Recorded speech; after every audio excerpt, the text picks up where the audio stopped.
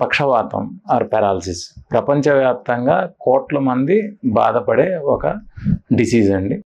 మనం చూసే ఉంటాం మన రిలేటివ్స్లో కానీ మనకు తెలిసిన వాళ్ళలో కానీ పక్షవాతంతో కొంతమంది వచ్చిన వాళ్ళు వెంటనే రికవర్ అవుతారు.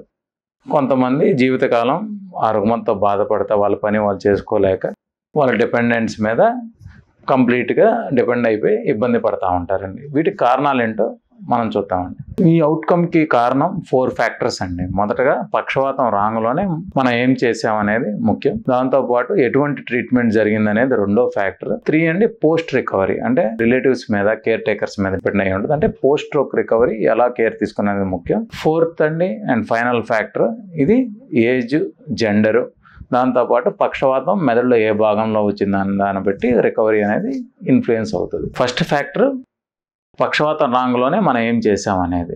పక్షవాతం మనం గుర్తుపెట్టుకుంటే 2 రకాలు. అందులో ఒకటి హెమరేజిక్ స్ట్రోక్, రెండోది ఇస్కెమిక్ స్ట్రోక్. పక్షవాతం అనేది ఒక టైం బౌండ్ అవుట్కమ్ ఉండే ఒక డిసీజ్. మనం మెదడులో రక్త ప్రసరణ లోపం వచ్చిన తర్వాత ఒక క్షణానికి 10 మిలియన్ న్యూరాన్స్ అనేవి డీజనరేట్ అయిపోతూ ఉంటాయి. సో పక్షవాతం రాంగ్లోనే మొదటి 4 గంటలు లేకపోతే 6 గంటల లోపు దగ్గరలో ఉన్న న్యూరో సెంటర్కి మనం తీసుకెళ్ళాలి. రెండో ఫ్యాక్టర్ అండి మనం ఎటువంటి సెంటర్కి తీసుకెళ్ళామనేది. వెంటనే అక్కడికి వెళ్ళాక వాళ్ళు పక్షవాతం వచ్చిందని నిర్ధారించి వెంటనే స్కాన్ చేసి మెదడులో రక్తాస్రావం వల్ల జరిగిందా లేకపోతే క్లాట్ వల్ల రక్త ప్రసరణ లోపం వల్ల జరిగిందని నిర్ధారిస్తారు.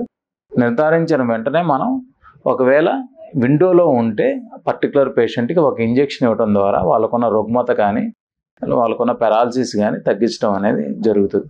దాంతోపాటు ఎఫెక్టివ్గా వాళ్ళకున్న BP, risk factors like sugar, infections ఏమైనా ఉంటే కంట్రోల్ చేయడం ద్వారా వాళ్ళకి త్వరతగతిన రికవర్ అయ్యే అవకాశం అనేది ఉంటుంది. Third factor for stroke outcome is post stroke recovery.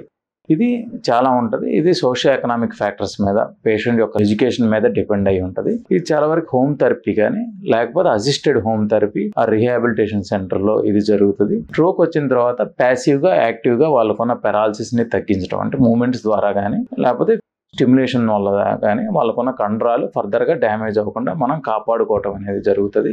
ఈ టైంలో కూడా వాళ్ళు చాలామంది ఇదివరకు బాగా నడిచే వాళ్ళకి సడన్గా పక్షవాతం రావటం వల్ల వాళ్ళు ఎంతో ఆత్మన్యూన్యతకి, డిప్రెషన్కి గురవుతూ ఉంటారు. సో వాళ్ళకి మనం పాజిటివ్గా ఉంటాం, మీరు రికవర్ అవుతారనేది చెప్పడం, దాంతోపాటు పాజిటివ్గా మాట్లాడితే ఈ రికవరీ అనేది ఫాస్ట్గా ఉండే అవకాశం అనేది ఉంటుంది. Final factor for stroke outcome అండి age, gender and site of infarction అండి. ఇవి 3 ఫ్యాక్టర్స్ కూడా ఇన్ఫ్లుయెన్స్ చేస్తే ఫైనల్గా ఏజ్ పెరిగే కొంది పక్షవాతం వస్తే కనుక వాళ్ళలో రికవరీ స్లోగా ఉండే అవకాశం ఉంటుంది. రెండండి మగవాళ్ళలో వచ్చే పక్షవాతం కొంచెం తీవ్రంగా ఉండటం వల్ల వాళ్ళ రికవరీ అనేది స్లోగా ఉంటుంది. ఫైనల్గా సైట్ ఆఫ్ ఇన్ఫాక్షన్, మెదడులో ఏ భాగంలో పక్షవాతం వచ్చింది అనేది కూడా చాలా ఇంపార్టెంట్. మెదడు మోటార్ కార్టెక్స్, అంటే మన చలనాలకు సంబంధించిన భాగంలో వచ్చిన, స్పర్శకు సంబంధించిన భాగంలో అంటే సెన్సేషన్ సంబంధించిన భాగంలో వచ్చిన.